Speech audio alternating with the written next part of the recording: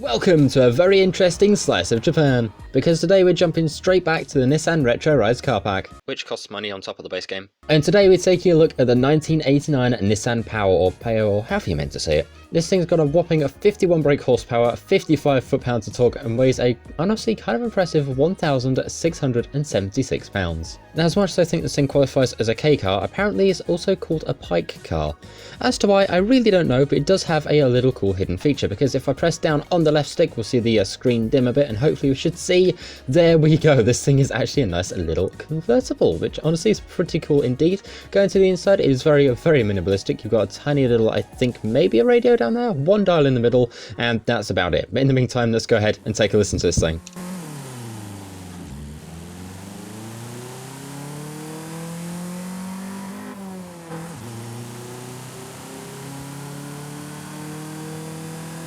So here we are now over in the upgrade shop. We're going to jump straight to conversions to see what we can do to this thing, over to engine swaps, and we've actually got quite a fair few available, including the 2-litre inline 4 VVT. We have ourselves a 2-litre inline 4 turbo. Alongside that, we have ourselves the inline 4 motorbike engine, the 1.6-litre inline 4 turbo rally, a 7-litre V8 for some reason, and also the ability to put in the 2.6-litre racing 4-rotor. The fact you can put a V8 in this thing kind of scares me. This thing also starts out front wheel drive, but you can go ahead and make this thing rear wheel or all wheel should you wish to. And if you want, you can also go ahead and plop a turbo on the stock engine. As for aero and appearance going to the front, I think we've just got ourselves a tiny little, I guess, Forza splitter down there.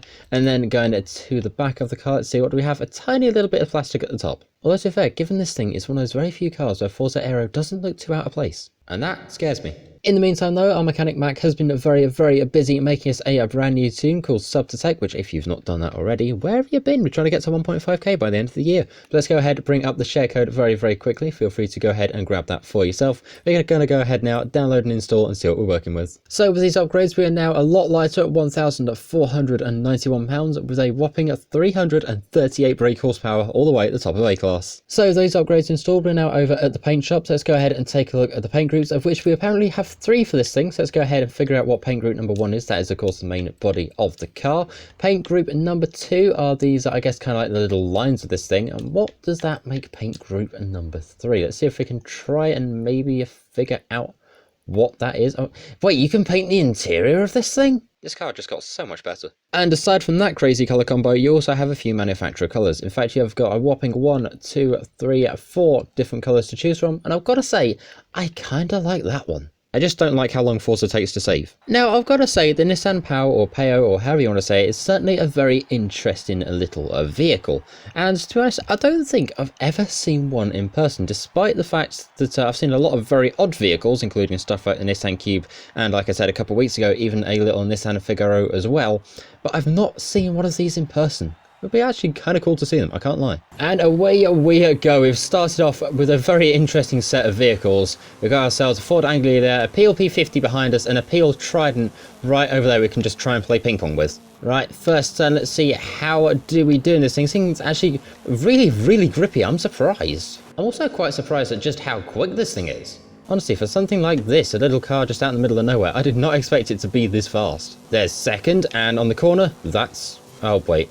I knew I missed something. Is it me or does that car look like a banana? Now the numbers of this thing as to how many were made are actually very interesting indeed, because there's a lot of very conflicting numbers. There's a lot of places that say that over 51,000 orders were put in for this thing, but approximately only 31,352 of these were ever made. By the way, throughout that whole explanation we ended up in first. A lot of these made their way all around the world, especially over here to the UK, where only 42 remain on the roads. And as for picking up one of these things, well, you're going to have to be very lucky indeed, because according to Car and Classic, a very popular sort of, I guess, like online car sales place here in the UK for classic vehicles, there's only one for sale and it will cost you around £7,450 sterling. That's this in US dollar, by the way. So I guess if you want a piece of 1980s heritage from Nissan, then you've got to get one, and got to get one soon. Well, let's be fair, if you know more about this quirky little thing, do go ahead and let me know in the comments. In the meantime though, one more turn to go. The finish line's right there, and across we go with the weirdest looking vehicle I think I've driven in a long time, at first place and a time of 2 minutes 9. So I've got to say that was quite a race indeed, and certainly a lot of fun. And now let's go ahead and take a look at this week's Horizon Backstage, where this week we've got ourselves the 2022 Hyundai Kona and the 2021 Volkswagen ID4 competing versus the 2022 Ford Focus and the BMW iX from 2022 as well. Now I've got to say this is going to be a very, very interesting decision because they're both two very, very good cars, but I think I would rather have a vote go towards the Focus. Do you agree? Let me know in the comments. In the meantime, Mechanic Mac has been very, very busy and thrown together a drag tune for this thing, so let's go ahead and very quickly bring up the share code. There it is. Feel free to go ahead and grab that for yourself. We're going to go ahead, download this tune and see what carnage is in store. Because knowing Mac, there's always something. So with all that, we're now at the top of S1 900 with a whopping 1,265 brake horsepower while only weighing 1,768 pounds. This thing's going to be mad. And you know, this is a fun car, so I think we need a fun paint to boot. There we go. I call this thing the 1980s Meekamobile. It's just going to be stupid, but I love it. Right, here we are now over at the back of the festival. Let's go ahead and see if we get ourselves a little bit of a wheelie check. Now, I was promised something very, very interesting, so let's go ahead and see. Do we get it? We do. We have a wheelie in reverse. Oh my god, it's actually...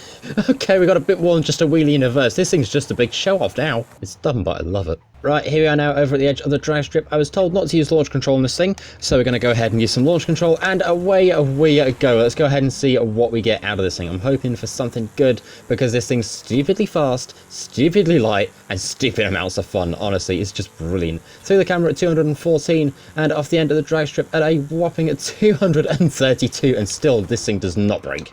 Same stuff, different car. I love it. So after that load of carnage, now it's our turn to cause even more carnage, because we're jumping straight back to conversion. We are going to go ahead and throw in the 7-litre V8, and of course we're going to go ahead make this thing twin turbo, and also go ahead and make this thing all-wheel drive as well, because we're going to go for a bit of a top speed build. As to how well it'll go is beyond me. Also, I'm sorry, but I've just noticed the shake on this thing. Look at this, that's mad. Yeah, that looks fine. And now I've got the fun job of tuning gears to work with over 1,200 brake horsepower in the car that weighs about as much as my laptop box. Okay, maybe that's exaggerated, but this thing is really light.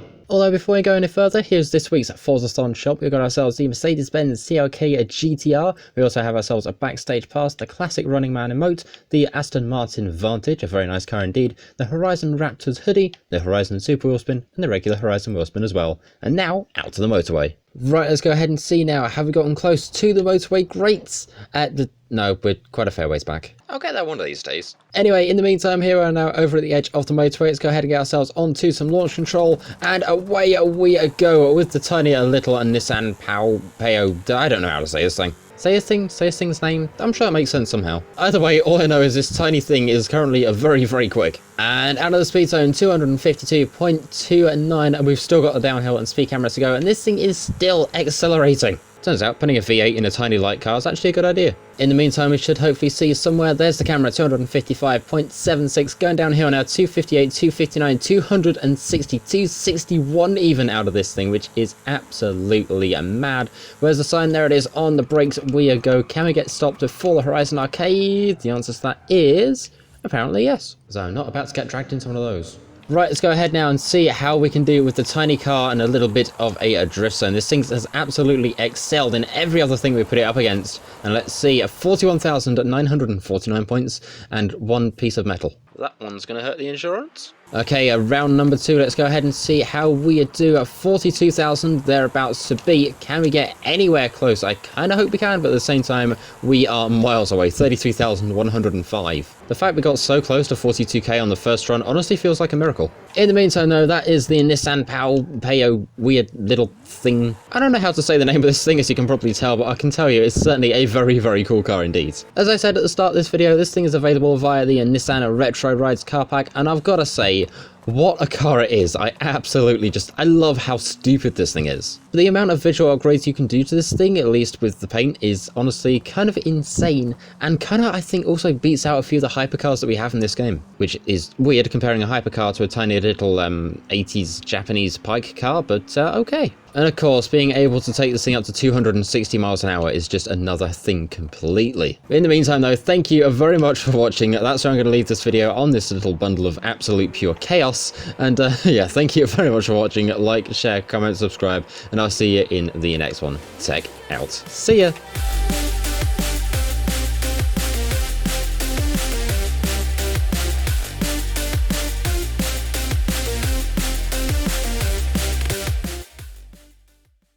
Can anything beat this little ball of chaos?